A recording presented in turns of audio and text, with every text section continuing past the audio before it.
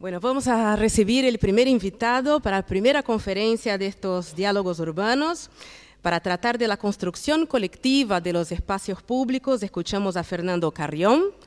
Fernando es arquitecto por la Universidad Central del Ecuador, es maestro en Desarrollo Urbano Regional y doctorando en Ciencias Sociales por la Universidad de Buenos Aires. Fue director del Centro de Investigaciones Ciudad y director de Planificación del municipio de Quito y de Flaxo. Bienvenido, Fernando.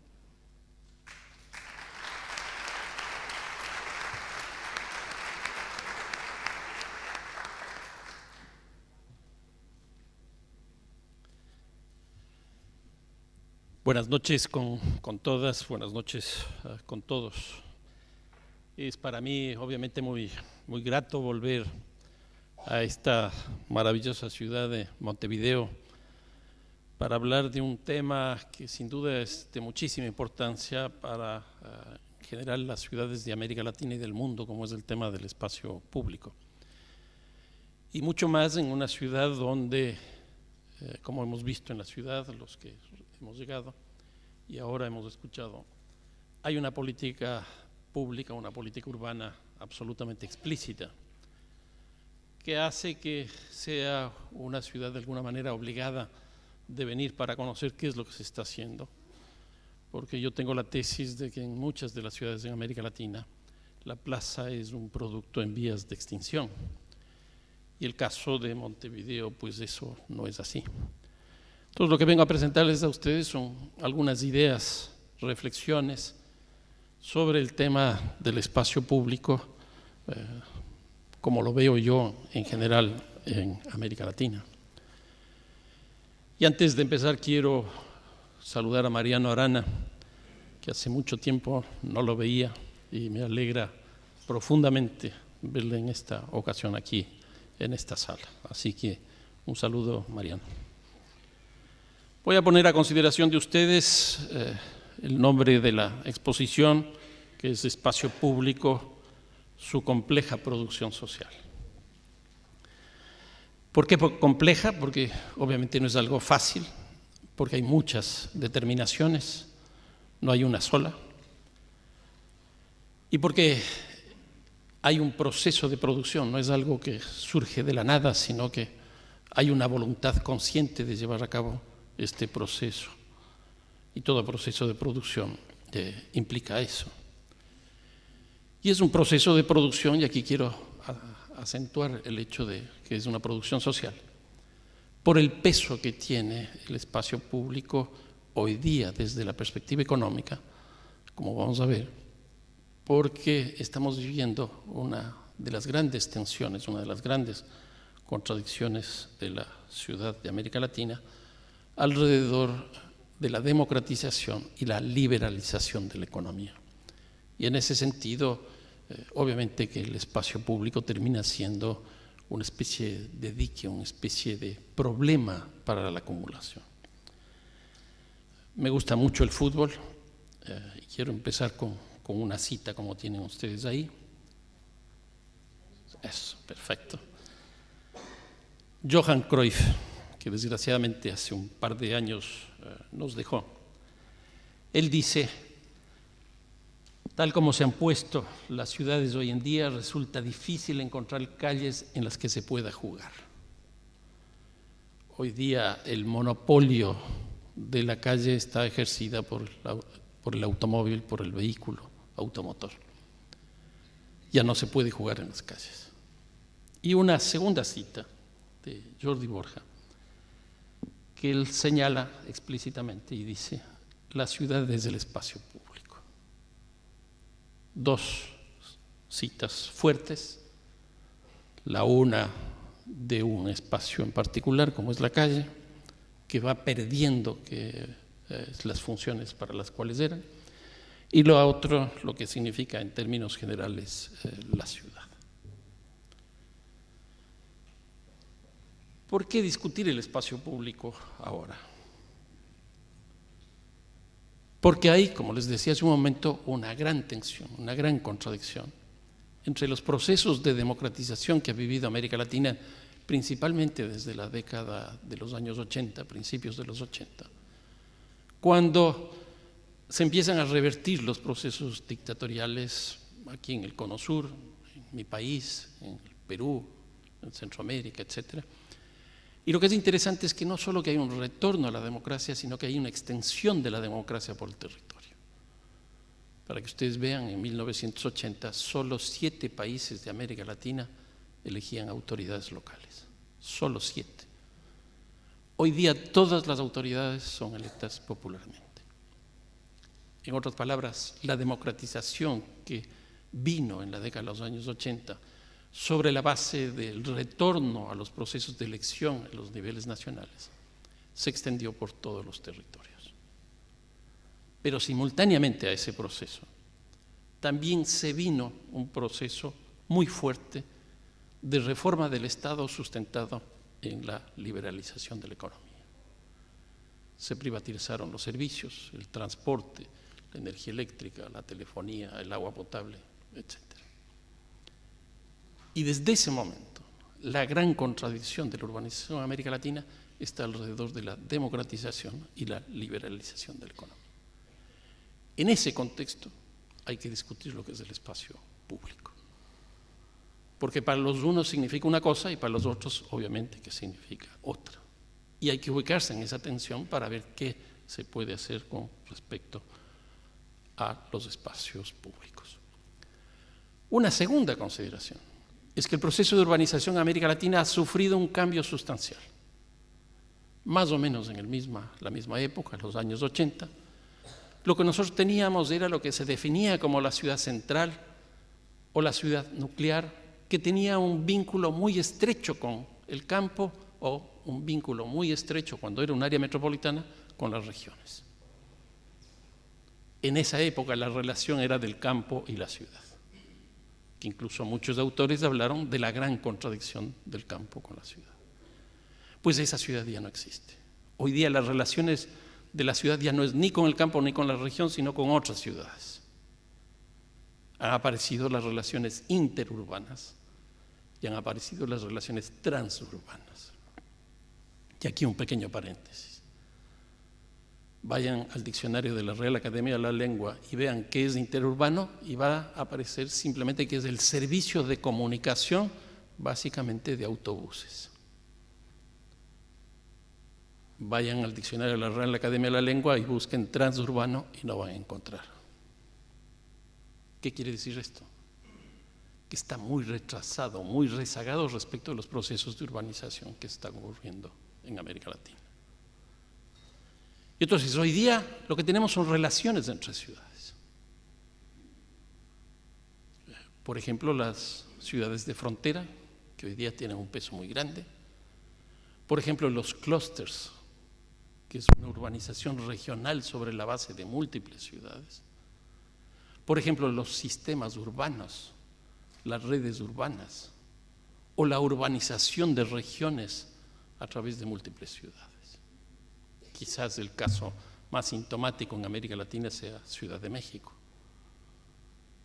Y entonces, en ese contexto, el espacio público cambia notablemente.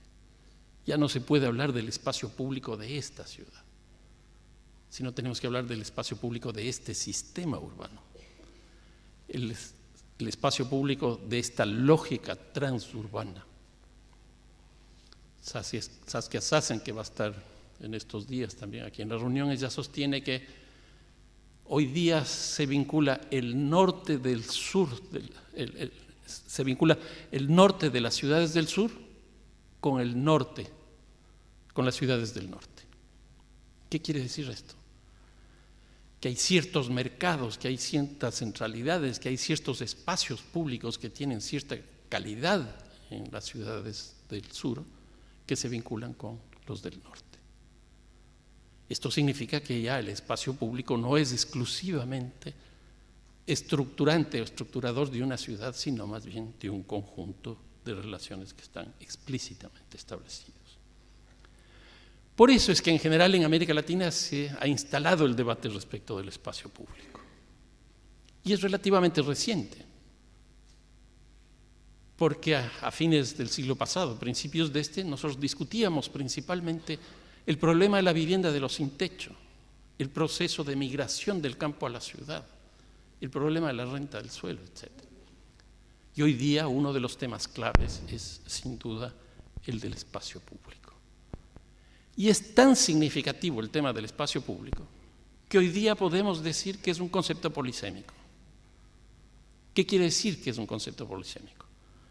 Quiere decir que hay un conjunto de interpretaciones y de visiones respecto de este objeto. No tenemos exactamente la misma visión todos. No tenemos las mismas categorías, los mismos conceptos, las mismas metodologías para entender y para actuar sobre el espacio público. Y esto está conduciendo, en cierto sentido, a que haya una especie de vaciamiento del peso y la calidad que tiene el espacio público para producir ciudad, para hacer ciudad. Por eso me parece que es muy interesante la experiencia que estamos viviendo o que ustedes viven aquí en Montevideo, por el peso que tiene esta situación. ¿Por qué polisémico? Y aquí simplemente voy a poner algunos ejemplos. Primero, porque hay una visión de definición del espacio público desde lo jurídico o lo normativo. Y entonces aquí es público por la propiedad. Y por eso es lo que se plantea, no la propiedad, sino la apropiación del espacio público, que son dos cosas totalmente distintas. Por lo menos en el sentido común de lo que se utiliza, porque la apropiación, por ejemplo, de una plaza es ir a jugar, es ir a hacer teatro, es ir a hacer alguna cosa sobre una propiedad previamente existente. O sea, la apropiación no significa cambiar el sentido de la posesión de ese espacio, sino simplemente el uso, no la apropiación, no la propiedad. Una segunda tiene que ver desde la perspectiva del urbanismo. Y entonces, en general, el espacio público es visto como un lugar de ocio, un lugar de recreación, un lugar del medio ambiente, un lugar de circulación. En otras palabras, es una de las funciones que el urbanismo le asigna a cada uno de estos espacios. Entonces ya no es propiedad, sino función. Una tercera, desde lo público. Y en este sentido es desde la gestión pública, de un bien público, porque ese espacio es de propiedad, por ejemplo, de la municipalidad. Y como la municipalidad es la representación de la sociedad local en este caso, esa es una propiedad colectiva. Entonces, la política pública que se hace sobre ese espacio no es otra cosa más que una gestión pública de un espacio público. Y la cuarta es todo lo contrario. Es una visión desde el mundo de lo privado. En otras palabras, el espacio público es lo que queda después de construir vivienda, de construir comercio, de construir administración pública, administración privada, etc. En palabras de Jordi Borja y Saida Mutsi, es lo residual, lo que queda. Y generalmente lo que se busca es que quede la menor cantidad de espacio, porque cada espacio público que queda es una restricción, supuestamente, de la utilidad de la ganancia que tiene el capital. Pero ¿qué es lo que ocurre con el espacio público? Que no es un espacio residual, no es un espacio de apropiación, sino que ahí hay propiedad. Y otra cosa que es muy interesante es que no es la pérdida de la libertad, porque la otra definición de espacio público es justamente la creación de la masa donde el individuo pierde su libertad. Entonces tampoco se trata de eso. Pero el debate tiene su sentido y cobra mucho peso en la actualidad en el conocimiento y en las políticas urbanas, porque sin duda es el espacio de mayor confrontación social que tiene la ciudad. Es el espacio del conflicto por excelencia. Hay distintas visiones, distintas apropiaciones sobre el espacio público. Y no solo eso, sino también una especie de urbicidio, es decir, la muerte del espacio público, en el sentido de que, por ejemplo, las urbanizaciones privadas que han aparecido en casi todas las ciudades de América Latina es una forma de reducir el espacio público. Los clubes sociales y deportivos lo que hacen es sustituir las actividades que se hacían en los parques, en los jardines, como una actividad pública abierta. El shopping center, el centro comercial, el mall, es exactamente igual.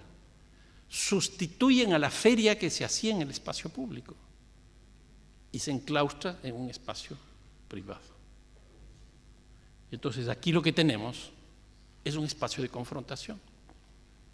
Y es muy interesante, por ejemplo, en el Brasil hay un movimiento de personas faveladas que se meten en los centros comerciales no a robar, sino simplemente a evidenciar las desigualdades sociales que existen respecto a la condición étnica, a la condición económica y social de la población que habita en esa ciudad. Pero también el debate y la discusión sobre el espacio público tiene mucho que ver respecto de las políticas públicas que tienen los municipios, que tienen las ciudades. Y aquí hay las dos opciones. Una política que estimula el mercado, que lo que hace, en otras palabras, a través de la inversión pública, rentabilizar las inversiones privadas. Y de esto hay múltiples ejemplos en América Latina. El caso del Ecuador, por ejemplo, Malecón 2000, el caso de Buenos Aires como Puerto Madero y muchísimos ejemplos adicionales. Pero hay otra también que no auspicia el tema del mercado, sino auspicia lo público, con lo cual se busca resignificar el espacio público, darle un nuevo sentido al espacio público, para que sea articulador de la ciudad, para que sea articulador de la sociedad, para que se desarrollen un conjunto de actividades de forma explícita. ¿Y por qué? Porque si uno tiene políticas que privilegian el mercado o privilegian lo público respecto del espacio público, lo que estamos discutiendo es un tipo de ciudad. Cuando hemos escuchado en la presentación que tuvimos en la mesa anterior, o sea, aquí me da la impresión que cuando se está discutiendo del espacio público, lo que estamos haciendo es definiendo un tipo de ciudad que hay ahí. Hay un proyecto de ciudad que está ahí de forma explícita. Y no solo porque se le da peso a lo público o peso al mercado, sino porque el espacio público tiene una condición adicional que es sumamente importante y que muy poco se lo asume en términos de las políticas públicas. Y es que el espacio público es el espacio del ensamble de las infraestructuras de una ciudad. La gran diferencia que existe entre la computación y un celular como este, un celular inteligente, es que el teléfono este es un ensamble de múltiples aplicaciones, infinitas aplicaciones. Pues exactamente eso es el espacio público hoy día. ¿Por dónde va el transporte? El espacio público. La energía eléctrica, ¿por dónde va? La recolección de basura, ¿por dónde ocurre? Y ustedes van a darse cuenta que el espacio público es el espacio de la mayor densidad de las infraestructuras de una ciudad. Si ustedes asocian infraestructura y espacio público, lo que están haciendo es definiendo lo que es una ciudad. Porque la infraestructura no es otra cosa más que la base material de una ciudad. Una ciudad portuaria tiene que tener una infraestructura portuaria. Una ciudad industrial tiene que tener una base de infraestructura industrial y así sucesivamente. Entonces, la infraestructura tiene que ser concebida siempre, debatida siempre, en relación a lo que es el espacio público, porque esa es una de las formas que le da su existencia. Pero aquí también viene una esencia del debate respecto del espacio público, y a mí me parece que este es uno de los elementos claves, sobre todo al momento de entender la idea esta del complejo de la producción social del espacio público. ¿Y por qué digo esto? Porque en general hemos construido el fetichismo del espacio público. Porque nosotros creemos que hay relación entre cosas, relaciones entre espacios. Ustedes van a escuchar el sistema de parques, y eso es básicamente unir un parque con otro. Lo que ocurre es que no son cosas. Detrás de los espacios públicos tenemos historia, tenemos relaciones sociales y tenemos, en definitiva, una tecnología que es capaz de que esto ocurra. Si como definíamos al principio que es un espacio del conflicto, ahí tenemos una explicación de que no se trata exclusivamente de una cuestión física espacial, sino que detrás de esto tenemos sin duda una producción social del espacio público. Y aquí aparecen dos autores, probablemente conocidos para todos nosotros. El uno que define por la oposición y el otro de manera explícita lo que puede ser concebido como un espacio público. Marc Augé define los no lugares. Y entonces al definir los no lugares y leyéndole al revés, el lugar debería ser el espacio relacional, el histórico y el que crea identidad. Y eso es el espacio público. También está el caso de Bourdieu, cuando él define lo que es el lugar. Y entonces aquí lo que él plantea es que el lugar es el espacio de existencia de la sociedad, de la economía, de la cultura. Eso es el espacio público. Aquí tenemos dos conceptos que abonan en la idea de romper con el fetichismo del espacio público y adentrarnos en esta lógica. En otras palabras, el espacio público no es un territorio, no es un espacio, es una relación social que construye comunidad, que construye sociedad.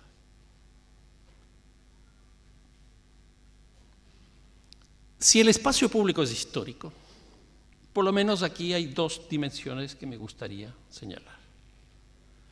La una es que un espacio público que fue construido hace mucho tiempo, conforme ha ido estableciendo distintas relaciones con la ciudad y con los momentos de la evolución de la misma, también han tenido funciones específicas.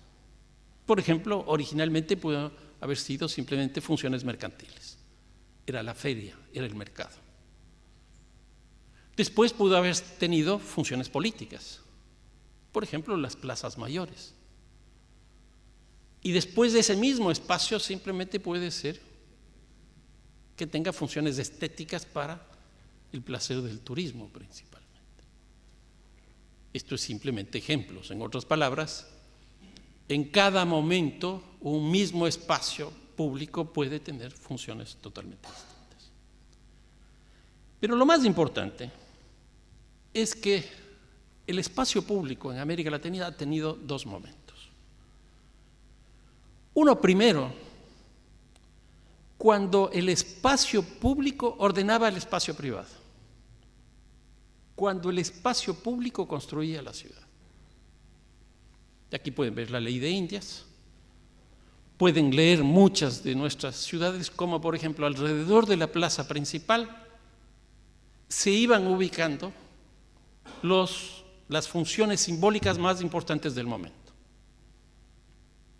Por ejemplo, la Presidencia de la República, por ejemplo, la catedral, es decir, la representación de la iglesia. Entonces, lo interesante aquí es cómo un espacio público es capaz de establecer la organización de actividades privadas o de actividades públicas también. El espacio público era el punto de partida de la organización de la ciudad. ¿Qué es lo que tenemos hoy día? Tenemos todo lo contrario. Es el mundo privado el que organiza el público. En mi ciudad, no sé si aquí en Montevideo sea algo parecido, por ejemplo, en mi ciudad se establece que toda urbanización que sea aprobada por el municipio tiene que tener un 10% de área pública o área comunal. Entonces, ¿qué es lo que ocurre? El rato que el urbanista, el proyectista, decide realizar esta urbanización, pone aquí vivienda, acá vivienda, comercio, etcétera, etcétera, y en el peor lugar va el 10% del área comunal. La idea de lo residual, la idea de lo que queda después de. Entonces, en este caso, ¿qué es lo que está pasando? Es el espacio privado el que organiza el espacio público.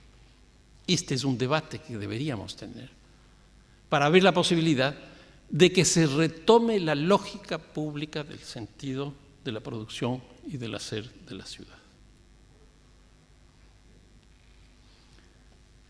¿Cómo surge históricamente la idea esta del espacio público? Y aquí, pues hay que remitirse a los griegos, Aristóteles.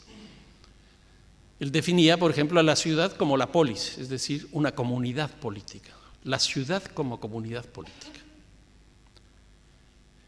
Esta comunidad política era el espacio de los ciudadanos, de este animal político, los ciudadanos. Y la ciudadanía se construía en el espacio público, es decir, en la urbs. Estos tres conceptos, polis, urbs y civitas, tienen que ser vistos de manera articulada, de manera relacionada. Y según Aristóteles, todo esto era para vivir bien. Que hoy día podríamos decir también lo mismo o hablar del derecho a la ciudad. Pero también el concepto del derecho a la ciudad tiene muchas variantes. Pero me parece interesante discutir el derecho a la ciudad desde la perspectiva del espacio público. El espacio público que nosotros estamos produciendo crea ciudadanía. Esta ciudadanía tiene la posibilidad de ejercer derechos frente a esta comunidad política. La construye esta comunidad política. Porque el derecho a la ciudad no es una definición jurídica, es una definición política. Y entonces me parece absolutamente necesario ubicar en este momento histórico el aparecimiento de estos conceptos.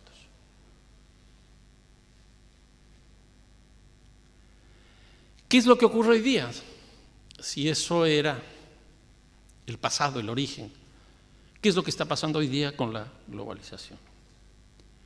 Que hoy día tenemos nuevos espacios públicos. Ya veíamos hace un rato que frente al parque hoy día tenemos el club social y deportivo, frente a la plaza, a la feria tenemos el centro comercial y así sucesivamente. Pero hoy día con las nuevas tecnologías de la comunicación, por ejemplo, tenemos Amazon, que no solo que es el gran centro comercial en términos virtuales que tenemos, que para acceder a eso, dos cosas se necesita: tener una tarjeta de crédito y acceso al Internet. Y con eso se puede hacer cualquier cosa.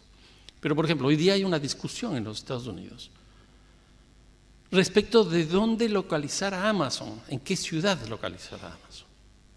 Y las ciudades se pelean para brindarle las mejores condiciones para que ese capital obtenga las mayores ganancias. Mano de obra barata, acceso a la tecnología, buena infraestructura, bajos impuestos, zonas francas, etcétera, etcétera. Miren ese espacio público. Y ya vimos en el Panama Papers donde tributan estos grandes centros comerciales. Pero por otro lado tenemos aplicaciones como el caso de Waze, que es un caso muy interesante, porque nos está cambiando la memoria de la ciudad, porque nos está cambiando las rutinas de la ciudad. A mi hijo le preguntaba la dirección de cualquier lugar para ir allá, y mi hijo, por ejemplo, no tiene las referencias de los nombres de las calles. Él tiene básicamente referencias de edificios o referencias de marcas urbanas. Para él las cosas quedan frente a tal cosa. Pero hoy día con Waze, y me dice, papá, usa el Waze. Nada de eso existía. Simplemente uno pone el Waze y la señora esta que nos habla, 200 metros a la derecha, 300 metros a la izquierda, y uno va como autómata. Y lo que es interesante, que está detrás de esto, es el uso que nosotros hacemos del espacio público con nuestros celulares, que sin darnos cuenta estamos mandando toda la información, todo el tiempo de dónde estamos y a qué velocidad estamos yendo, porque estos teléfonos tienen un GPS. Entonces está el Big Data atrás. Entonces cuando Waze nos manda por un lugar que es absolutamente irracional para lo que nosotros conocemos de la ciudad, no tiene nada que ver con la lógica de la distancia que nosotros tenemos, con la lógica de la velocidad que tiene Waze. En otras palabras, el tiempo y la distancia del espacio público cambia notablemente gracias a este tipo de cosas. Y una tercera, yo no sé si ustedes conozcan, un juego que se llama Fortnite. Es la cosa más espantosa que hay. Pero del cual una vez que entra es imposible salir. Y se pasan matando, etcétera, etcétera, etcétera. Y juegan 10, 15, 20 personas que ni se conocen ni saben de dónde son. Y utilizan WhatsApp, y utilizan Skype, y utilizan este juego. La cancha que nosotros teníamos en el parque, o la calle donde jugábamos, desapareció porque Fortnite tiene mucho más posibilidades de socialización que esa cancha que existía, simplemente por el tema de la tecnología. Y un ejemplo adicional respecto a esto. Estamos muy cerca ya de que los vehículos empiecen a caminar sin conductores. El espacio público se va a llenar de sensores. Cuando ustedes se suben a un automóvil relativamente nuevo y dan reversa, ustedes tienen la pantalla llena de sensores que ya le va diciendo tantos metros falta para llegar a golpearse. Pues eso vamos a tener dentro de poco, y ya hay algunos casos que eso ya está funcionando. Las ciudades, las calles, las plazas se están llenando de sensores. Por eso es que ya se habla incluso de esta cosa del gran hermano. En Londres, por ejemplo, una persona que sale de su casa a trabajar y regresa, le han firmado 800 veces. Se sabe exactamente qué es lo que ha hecho esa persona. Y todo por el espacio público. Son dimensiones que obviamente tenemos que incorporar en los debates que estamos teniendo. Por eso es que el propio Jordi Borja nos plantea de que de alguna manera también estamos viviendo algo así como una agorafobia, una fobia al espacio público. ¿Y por qué? Porque es un espacio que se ve acosado, se ve asediado. Es un espacio que se desvanece, el espacio público. Y entonces esta ciudad, por esta situación, empieza a perder el tiempo y el espacio, como veíamos hace un rato, pero también empieza a perder la condición de ciudadanía. Porque si hoy día ya funcionamos con Waze y nos entregamos a Waze, o nos entregamos a los sensores de estos vehículos, nosotros ya no somos usuarios de la ciudad. Nosotros ya no estamos apropiándonos del espacio público, incluso en los términos que se decía. Y hoy día el espacio público tiene un orden muy claro, porque en muchos casos se cierra el espacio público. Tiene que ser un espacio público cerrado, limpio, tiene que tener horarios, etc. En Guayaquil, en mi país, está este proyecto Malecón 2000 que da hacia el río, que es una recuperación del malecón que había ahí, a través de un espacio público bastante interesante. Pero ese Malecón 2000 fue diseñado por una fundación que contrató a unos diseñadores ingleses. Y esa misma fundación terciarizó con otra fundación para que administre ese espacio. Y esta fundación es capaz de poner a la entrada de Malecón 2000 un cartel que permanentemente dice: nos reservamos el estricto derecho de admisión. ¿Y qué es lo que ocurre? Están las normas claramente establecidas. Una muchacha, una mujer que entra con minifalda, pues no puede entrar. Una pareja que se besa en el espacio público es retirada. Ese es el orden, ese es el disciplinamiento que en estos espacios se van construyendo.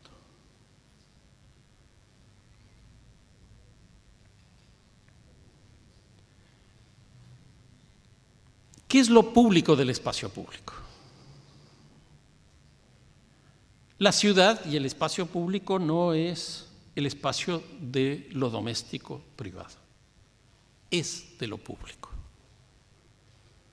¿Eso qué es lo que quiere decir? Que las viviendas no son la ciudad, sino sus fachadas. Y esta es una discusión muy fuerte con los arquitectos. Yo soy de origen de la profesión de la arquitectura. Para nosotros la arquitectura, uno de los elementos principales es la fachada. Pero cuando uno ve desde la perspectiva del espacio público, la fachada es no del edificio, sino del espacio público. Es el límite entre lo privado y lo público. Pero la fachada no se ve desde el edificio, sino que se ve desde el espacio público. Y por ejemplo, la normativa que nosotros tenemos en América Latina, generalmente la fachada es un elemento del espacio privado que tiene que ser aprobado dentro del proyecto del espacio privado. Pero nunca hay una óptica desde el espacio público. Yo tuve la suerte de dirigir la planificación de Quito hace muchos años, y entre esos obviamente el Centro Histórico de Quito. En esa época el Centro Histórico de Quito era de color blanco, las paredes, y de añil lo que son las ventanas, las puertas, etc. Muy a la luz de esta cosa decidimos plantear la necesidad de que se incorpore el color. Y fue una discusión muy fuerte, pero finalmente ganamos. ¿Y por qué? Porque hicimos un estudio de calas en la pared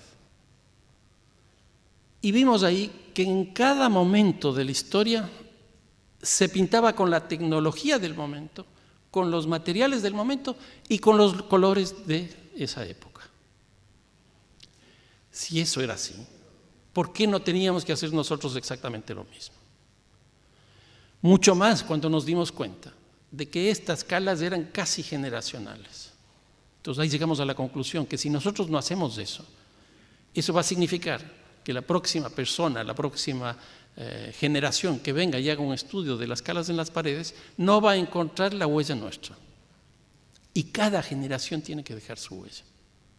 Ahí se ve claramente el peso de la fachada con respecto al edificio y con respecto a lo que significa el espacio público. Y una cosa adicional, no es que se sale de la casa para ir al exterior.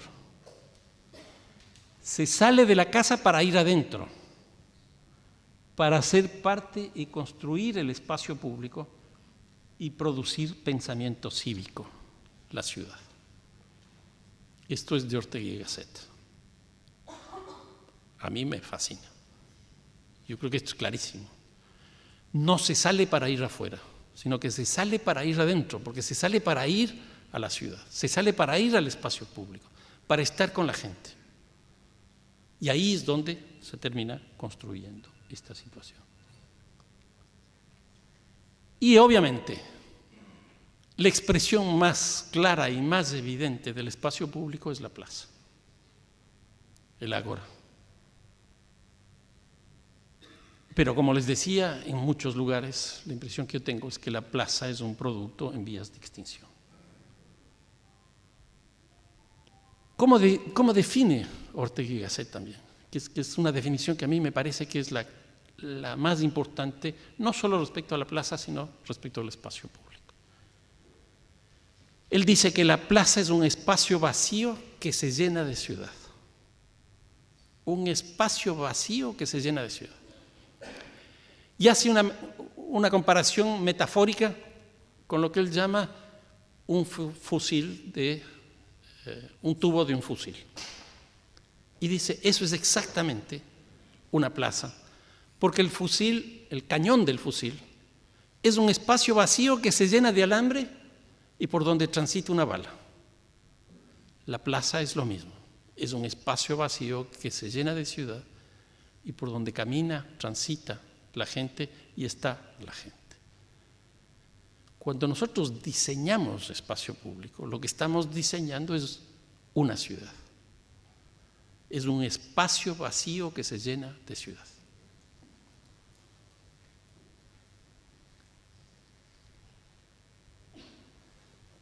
Pero también hay otras expresiones del espacio público que vale la pena señalar. Y aquí un elemento que me parece que es importantísimo es la nomenclatura.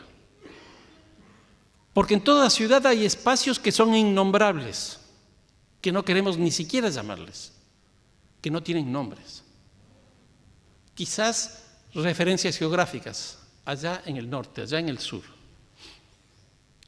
Pero por otro lado, los que tienen nombres también tienen muchos problemas. Y aquí en América Latina hemos tenido como 3 momentos de producción de la nomenclatura. Al principio teníamos una nomenclatura costumbrista. La calle de las platerías, la calle de las carnicerías, las de las zapaterías, etcétera, etcétera.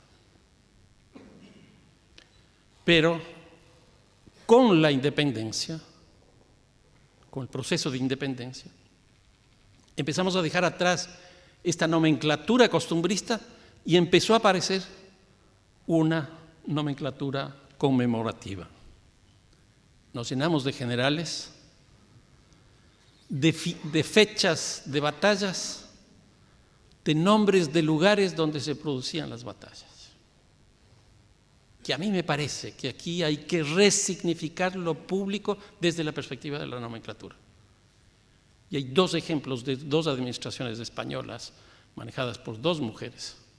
El uno, el caso de Manuela Carmena en Madrid, y el otro de Ada Colau en Barcelona, que empiezan a cambiar los nombres en algunos casos para dejar atrás, que ya se había hecho también un tiempo anterior, el franquismo. Por ejemplo, en Barcelona, con el nombre de las calles en español, en castellano sería estrictamente. Entonces cambiaron eso.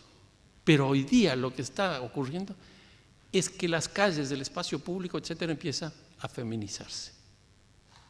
Empiezan a salir generales y empiezan a entrar mujeres. Y yo creo que ese es un cambio muy importante. Ese es un cambio fundamental. Cuando empecemos a decir, estamos yéndonos no al parque que tiene tal nombre de hombre, sino tiene tal nombre de mujer, la cosa va a ser distinta. Yo sí creo que tenemos que empezar a poner nombres distintos, porque en cada momento hay explicaciones. ¿Qué es lo que ocurrió justamente con esta lógica conmemorativa de la nomenclatura? Lo que se hizo a través del espacio público es fortalecer la historia oficial sobre la ciudadanía. Todos nosotros sabemos las fechas, los generales, los lugares, etcétera, etcétera, gracias a los nombres que tienen nuestras ciudades. Tenemos que desmilitarizarnos, tenemos que feminizarnos. Hay muchas cosas que tenemos que dejar de hacer y otras que tenemos que empezar a hacer, y para eso el espacio público es absolutamente clara. Porque a través de la nomenclatura lo que se hizo fue legitimar esta historia oficial.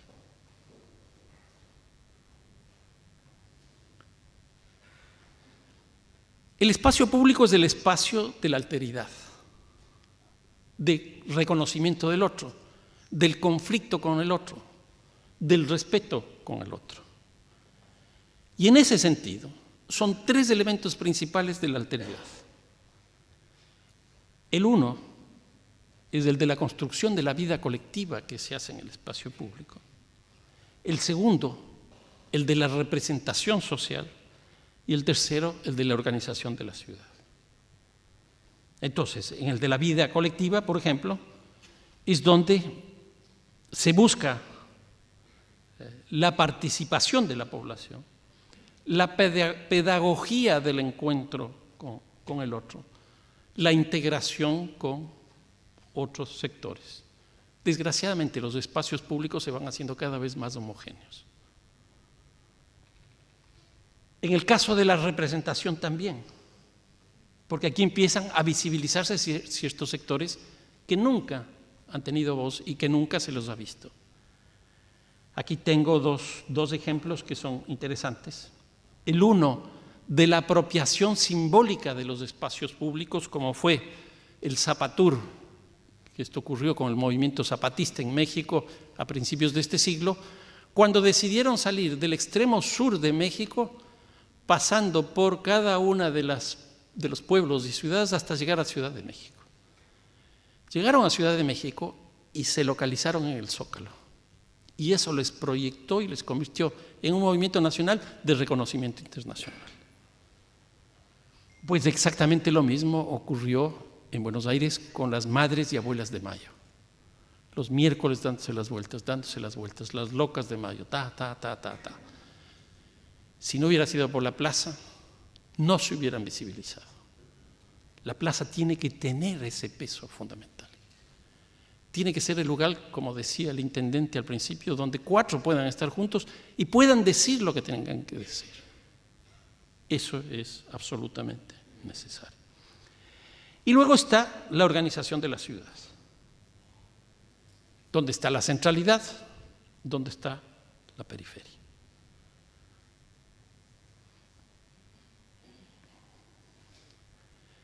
Y quizás, la plaza es un elemento clave, pero la centralidad también. ¿Y por qué la centralidad? Porque la centralidad es histórica, es el espacio de mayor acumulación de tiempo al pasado. O sea, ahí está todo lo que ha pasado en una ciudad. Es la historia ahí concentrada. Pero no solo eso, sino que es el lugar de donde uno sale y el lugar a donde uno llega. Porque la centralidad se define principalmente por las capacidades de accesibilidad que tiene para esas funciones centrales. Entonces, un espacio público fundamental es el de la centralidad. Y hay que trabajar con muchísima fuerza y con muchísima especificidad. ¿Cómo se produce el asedio? Aquí hay 4 condiciones del proceso de urbanización que son muy complicadas. Uno, lo que es la fragmentación